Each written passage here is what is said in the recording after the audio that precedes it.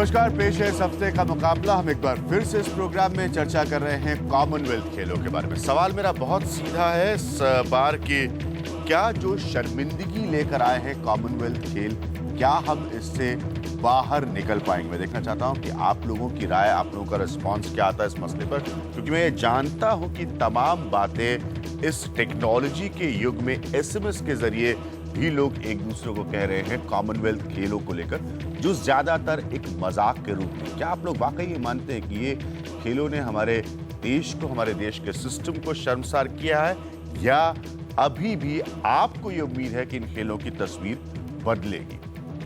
मैं आपको इस पैनल से मिलवाने से पहले एक बहुत खास बात बताना चाहता हूं, जो मुझे सिर्फ बातचीत के दौरान पता चली कि 1982 के एशियाड, जिसको कई लोग रेफर करते हैं, उनकी सफलता को रेफर करते हैं, इस पैनल में जितने भी लोग मौजूद हैं उन्होंने उस एशियाड को देखा है। और इसीलिए मैं चाहूंगा कि हम जब 2010 के कॉमनवेल्थ खेलों की बात करें तो हम देखें कि उसके बीच और 82 में जो एशियाड हुए थे, इसके बीच फर्क क्या था। वो गुजरा हुआ जमाना था, फैसिलिटीज की कमी थी। आज बहुत सारी चीजें इस मॉडर्न एरा में, आधुनिक युग में आपको उपलब्ध है, लेकिन फिर भी वो खेल क्यों ज्यादा सफल थे, हम इस पर चर्चा करेंगे।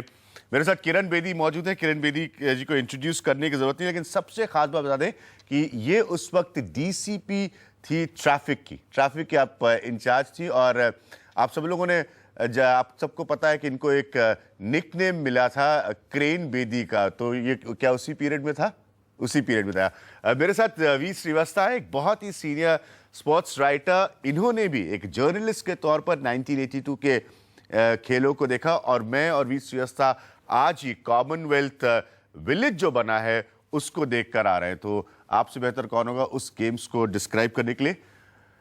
ए.के. मट्टू साहब इस खेलों के आयोजन से वो जुड़े हैं, लेकिन 1982 में बॉक्सिंग फेडरेशन के वो प्रेसिडेंट थे, तो वो खेल इन्होंने भी देखे। असलम शेर खां, फॉर्मर इंडियन हॉकी कैप्टन, एक मेंबर ऑफ पार्लियामेंट रहे हैं, और इन्होंने अभी मुझे बताया कि एशियाड के लिए जो विलेज बना था खेलों का, उसके आप इंचार्ज थे, पूरी तरह से वो आपके नर में आता था, तो ये बता सकते हैं। और मेरे साथ मुंबई से एक बहुत खास मेहमान है संजय झा। संजय एक स्पोर्ट्स जर्नलिस्ट हैं और क्रिक इन्फो जो है उसके वो मैनेजिंग एडिटर हैं। संजय, आपका बहुत बहुत शुक्रिया। लेकिन ये पूरे प्रोग्राम की शुरुआत में किरण बेदी आपसे करूंगा। पहली बात जो मुझे नजर आ रही है, और आज मैं और श्रीवत्सा उस कॉमनवेल्थ विलेज को देख कर आए, पब्लिक पार्टिसिपेशन की बहुत कमी है। इसकी सबसे बड़ी वजह क्या आप मानती है कि चूंकि इतनी खबरें मिसमैनेजमेंट की, करप्शन की आई है, इसलिए आम जनता इन खेलों से जुड़ना नहीं चाहती? हाँ, क्योंकि जहां करप्शन होगी आप तो लोगों को दूर रखेंगे। करप्शन, ईमानदारी लोगों को जोड़ती है, बेईमानी लोगों को भगाती है, या स्वार्थ जो है वो लोगों को भगाता है। एशियन गेम्स की जब आप सक्सेस की बात करें, वहां ईमानदारी थी तो लोगों को जोड़ा गया, उसमें नेशनल प्राइड थी।